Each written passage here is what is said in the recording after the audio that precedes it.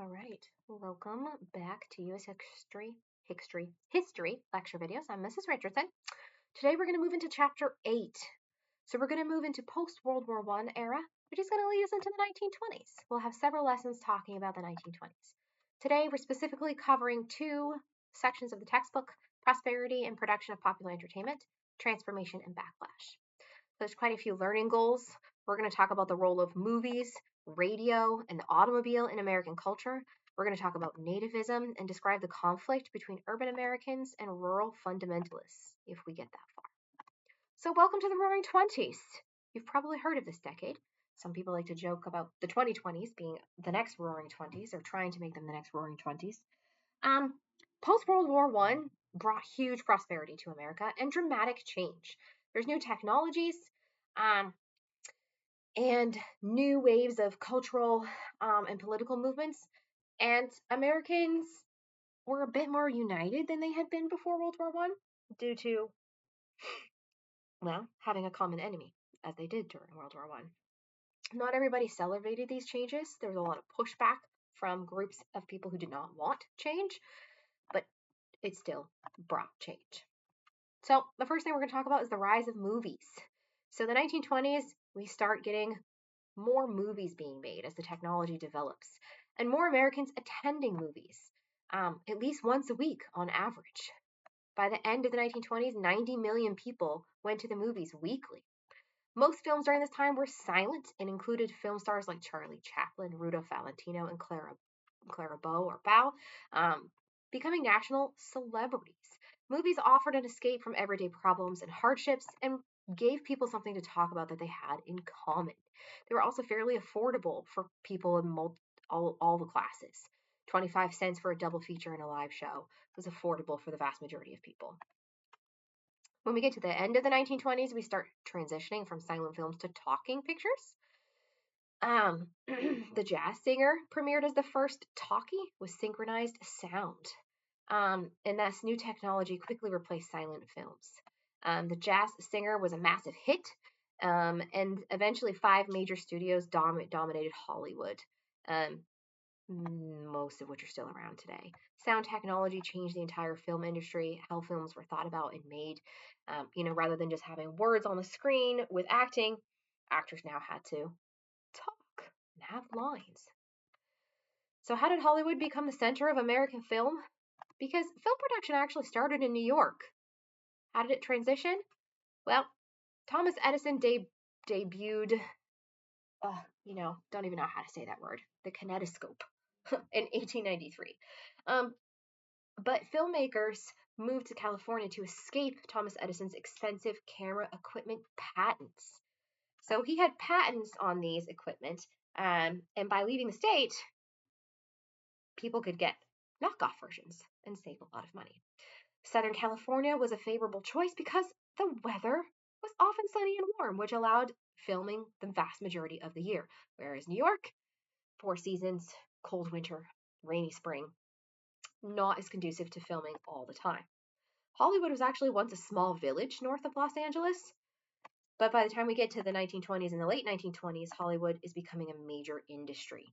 And this move to California transformed the town into a huge entertainment powerhouse that we've probably all heard of today. All right, so fun little thing to think about here. What would you do? If you lived in the 1920s, would you rather be a silent film star or a sound film star? You can just consider what each type of actor could and could not do. And often this was a challenge for the actors and actresses themselves, right? They had to make this transition or go out of business. As films became talkies only, silent film stars either had to learn how to talk or they were out of a job. We also see during this time period the huge growth of automobiles. Now, Henry Ford did not invent the automobile, but he's famous for the mass production of automobiles. He's known for basically perfecting the assembly line, which reduced the cost of automobiles by more than half, and allowed for replacement parts to be purchased because parts were now mass produced and interchangeable rather than a car being produced as a single and only being affordable to the upper class. Now, most of the middle class could afford cars. So, for example, the Model T price dropped from $850 in 1908 to $300 in 1924, right? That's more than half. So by 1829, there were over 23 million automobiles on American roads because Ford's innovations made car ownership possible for average Americans and not just the elite upper class. Henry Ford used the assembly line to reduce labor costs. Each worker completed simple, repetitive tasks. This boring work, however, created high employee turnover, so he had to double the workers' pay in order to keep them. He also standardized the workday to 8 hours, which was much less than the norm, and paid white and black workers equally, which attracted African American workers from the South to the city of Detroit, where these cars were made. So pros and cons to everything, right? The work was very repetitive and often boring, and he had to supplement the job to make it more appealing to keep people working there. And the automobile transformed American society. The majority of us drive cars today. It's kind of considered a staple of life, unless you live in a city with you can get around with purely public transportation. Does not work very well for us here in Maine. We're too rural. Industries like glass, steel, and rubber, it had to expand to support auto production. Parts and supplies for these cars were required, especially since they were being made by the hundreds of thousands. America transitioned from an economy based on coal to one driven by petroleum. And the government funded dramatic expansion of public roadways and infrastructure to connect people via car. And as more and more people drive on these roads, motels and restaurants sprang up to serve people driving on these roads. And so private car travel replaced a lot of train and trolley travel. All right. A couple other famous things happening during this time. Airplanes. So, during this time period is when Charles Lindbergh's historic flight took place. Many people doubted that airplanes could fly long distances. Orville Wright, one of the original Wright brothers, right, who figured out planes, claimed that no plane could fly across the ocean from New York to Paris. But in 1927, Charles Lindbergh proved the skeptics wrong when he flew solo across the Atlantic Ocean in 33 hours. He became, at that time, the best known American in the world, with his flight symbolizing American triumph, technology, and innovation. Another famous aviator during this time was Bessie Coleman. Go women, huh? Woo. She was an African American stunt pilot, an aviation pioneer. She was the daughter of Texas sharecroppers. American flights had barred black students from attending school, so she taught herself French so she could earn her pilot license overseas. And so she's often seen as a representation of African Americans who were determined to overcome discrimination at this time. Achievement was not limited to famous white men. This is a an African American woman who became a stunt pilot and aviation pioneer by thinking outside the box, right? She wasn't allowed to go to school in America. She learned French so she could go to school overseas, so she could do what she wanted to do. And so with the development of planes came the growth of commercial aviation. Not necessarily on the scale that we know it today, but it was the beginning of planes in the air as a form of transportation. Companies like Boeing and Ford started developing passenger aircraft. And as improvements in design made it safer, the United States over time had more and more domestic air passengers. So by the end of 1930s, we get to 1940, there's nearly 2 million people a year traveling via air. Nothing like the numbers today, but certainly 2 million more people than were traveling via airplane in 1920. Big changes. We also see during this time period household appliances, which provided leisure time for people. Things like radios, phonographs, vacuum cleaners, washing machines, refrigerators. Things were expensive, but you could purchase them with installment plans or credit. And these became labor-saving devices.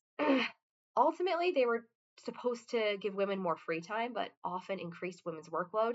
There were higher standards of cleanliness, which meant women actually had to clean more frequently. Many women ended up cooking more elaborate meals rather than gaining spare time. Although ultimately, one could argue that these things did provide some more leisure time. We're also going to see more advertising grow up during this time period. Things like magazines or radio ads, right? Radios became a household staple between the 1920s and 1930s. Almost every American household had a radio. When we start talking about World War II, updates about World War II were often given via radio because that was the fastest, most direct way to meet Americans where they were at and give them the news. Advertisers during this time started using pictures and kind of emotional, manipulative tactics here to try and sell goods. And Americans purchased. We'll talk more about this in future lessons, but Americans bought things in the 1920s like they had never had before, and that was largely due to available credit. Americans could get credit and borrow to buy things in a way that they had never been able to before. Um, that's going to partly lead to the stock market crash and the Great Depression. Far too much debt that really should not have been legally allowed, but we learned that lesson the hard way. All right, already talked about the radio. And I just want to kind of reiterate, the radio connected Americans. Various programs could be heard nationally, and so that gave Americans something to talk about, similar to when we start getting TV in American homes a little bit later. There were only a few select shows, there were only a few select radio stations, and so Americans could often, sit out on their back porch, listen to the radio, and know that hundreds of thousands of people were listening to the same thing as them, and that created a sense of unity. Radio also brought Americans closer to sports. Not going to spend a ton of time on this, but quite a few famous sports figures that became household names during this time because you would listen to broadcasting on the radio about sporting events. So rather than only being able to see it, you could now hear about something that you might not have been able to see. So the second part of today's lesson that I want to talk about is nativism. What is it? Okay, well, nativism ultimately was this kind of belief system that prized white Americans with older family trees over recent immigrants. And so, as much as America was trying to be more united, we were still divided. And more recent immigrants were often looked down upon by white Americans who had been living in America longer. And so, white Americans who had been living in America longer were often thought of themselves as more American, more Native American, and better than those who had immigrated recently or semi-recently. Partly because many native-born Americans of Northern European descent had a lot of anxiety about diversity. They were threatened by diversity. The Bolshevik Revolution happened in Russia, which increased fears of communist immigrants. And several acts were passed during this time period that reduced or restricted immigration from various areas. When we see this discrimination affecting American society, a couple of famous examples. 2 Italian immigrants were accused of robbery and murder in 1920. There was no direct evidence that linked them to the crime. They were both men who opposed American capitalism, and those radical political and social views were harped upon at the trial, and they were found guilty and executed, potentially for a crime that they did not commit at all, but rather for fear that their belief system and their differences from traditionally white Americans were a threat to traditionally white Americans. This outraged the world that these men were convicted with no evidence, and brought this divide between more recent American immigrants and quote unquote nativists to the forefront. So we're going to talk a little bit about that in other lessons, and you can also read that in depth in your textbook. But as much as the idea of unity was being spread, America was still very socially and racially divided, and still quite gender divided. We had a long ways to go to get anywhere near equality. So some reflection questions for the 1920s. Compare the technologies of that era to today. What social conflicts from the 1920s still exist today? How did rapid technological change create cultural divisions? And what can we learn from how Americans responded to change? Right? So you can kind of reflect on those things. That is it for today.